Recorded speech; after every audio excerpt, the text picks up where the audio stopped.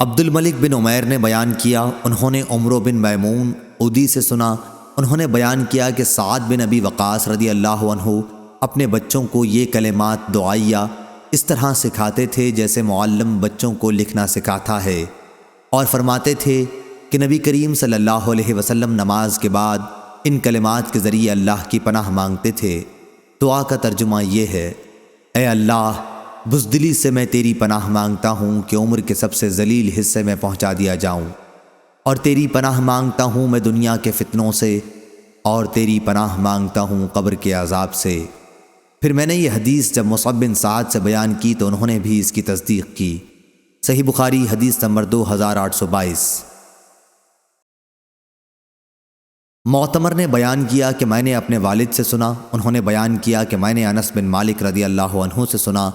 انہوں نے بیان کیا کہ رسول اللہ صلی اللہ علیہ وسلم فرمایا کرتے تھے: اے اللہ، میں تیری پناہ مانگتا ہوں عاجزی اور سستی سے، بزدلی اور بڑھاپے کی ذلیل حدود میں پہنچ جانے سے، اور میں تیری پناہ مانگتا ہوں زندگی اور موت کے فتنوں سے، اور میں تیری پناہ مانگتا ہوں قبر کے عذاب سے۔ صحیح بخاری حدیث نمبر 2823۔